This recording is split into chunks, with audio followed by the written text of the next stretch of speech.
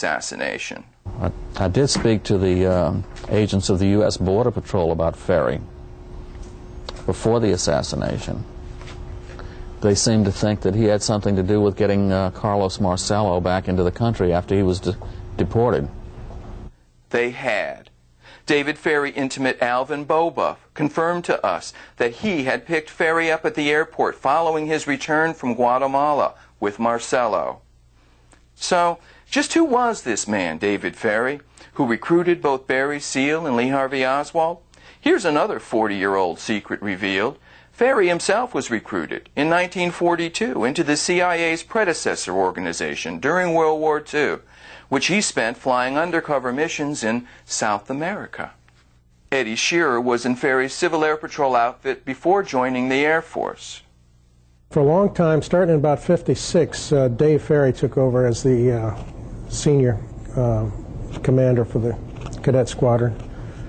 When the cadets drilled, we also had what's called a guide on. One of the guys was playing with it, and it got away from him, and the thing cut his hand in the palm.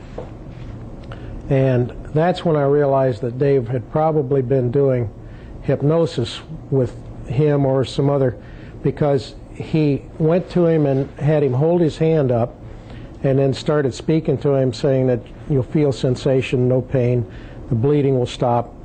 And it did. And I also realized from reading about hypnosis that you couldn't do this on your first time. And you don't put somebody under instantly like that within 10 or 15 seconds. But if you have worked with a subject a number of times, they'll go under very quickly. Even so, it's still a shock to hear the truth casually revealed that David Ferry ran the CIA's Southern Office of Civil Air Transport. No, I met David in 1965, Lakefront Airport in New Orleans. I was working for Delta. Well, I didn't know anything about him, other than he owned 5 DC-3s that he was flying into the Lakefront Airport. Dave was, he had a little office at Lakefront Airport, and it was like an FBO type thing that didn't do anything but fly. Never saw any passengers. There was pilots working out there. They flew bodies, supposedly, like they had a service where they flew caskets. 5 years after Dave Ferry's untimely suicide on the eve of being called to testify in front of Jim Garrison's grand jury, these same 5 DC-3s were controlled by Barry Seal. Barry Seal's role in the Kennedy assassination was proven to us when we discovered this picture of some of the conspirators taken in a Mexico City nightclub exactly 10 months before JFK was murdered. This photo is the only visual record of the super-secret CIA assassination squad known as Operation 40, active from Mexico City to New Orleans to Dallas. That's Barry Seal, a young-looking 24-year-old. And there's CIA agent and professional assassin Felix Rodriguez, George Bush's great good friend from Iran-Contra, remember? He's the guy who tracked down and killed Che Guevara in Bolivia, and who to this day reportedly keeps Guevara's hand sitting in a jar on his bedroom dresser. And covering his face with his sport coat, that's Frank Sturgis, Watergate burglar, Bay of Pigs operative, and a man who before he died made a written confession of his role in the JFK assassination. And see that dapper guy, front right? Meet the man researchers refer to as the Second Oswald for his role in impersonating Lee Harvey Oswald in order to incriminate the patsy. His name is William Seymour, from the CIA front called the Double Check Corporation, where his job was to recruit pilots like Barry Seal. This picture is an important historical document, a crucial piece of America's secret history. That history, in other words, in which lone gunmen play no role. Nobody has told me anything except that I'm accused of murdering a policeman.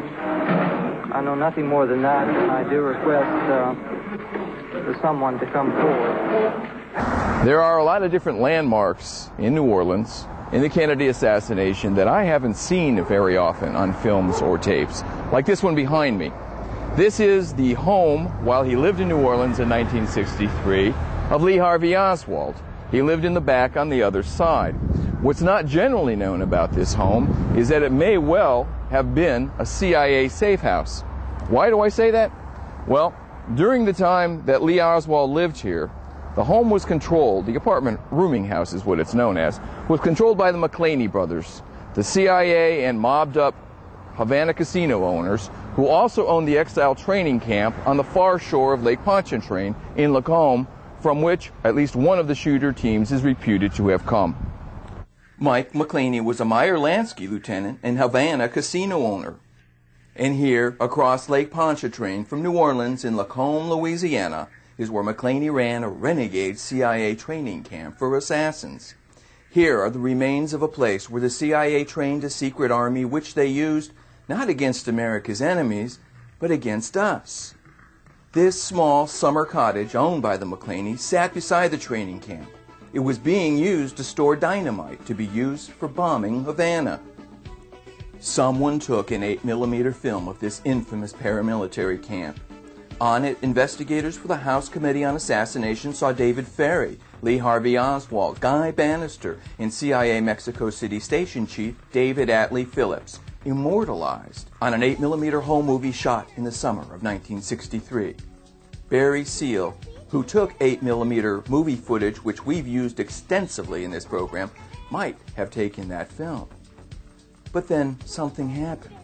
After the exciting discovery of this film, and while in the custody of the House of Representatives of the United States of America, it was stolen and never recovered.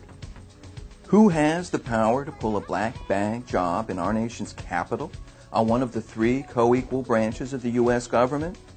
Probably not the Ghostbusters.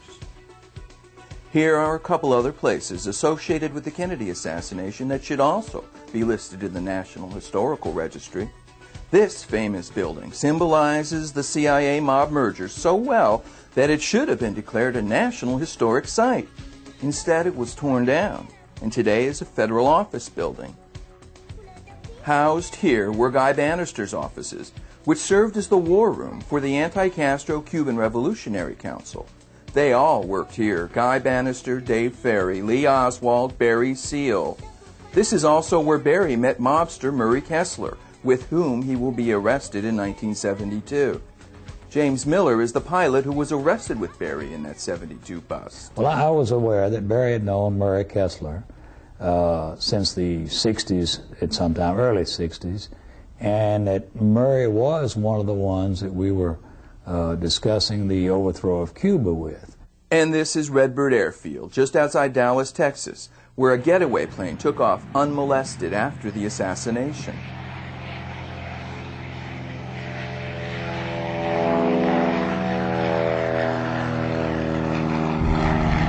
Several hours after the assassination of President John Fitzgerald Kennedy, in the afternoon of November 22, 1963, an FAA flight controller here at Redbird Airfield saw suspicious activity, which he attempted to report to the FAA.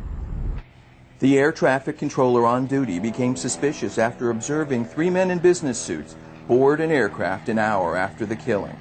When the plane took off on runway 17, he asked the pilot if he needed any assistance, and then asked which way the plane was heading. The pilot stated south. The controller then watched as the plane flew south for 2 miles, made a hard left, and flew north towards Love Field. The pilot had lied. Those in the tower had received a special bulletin telling them to report suspicious activity to a special security number.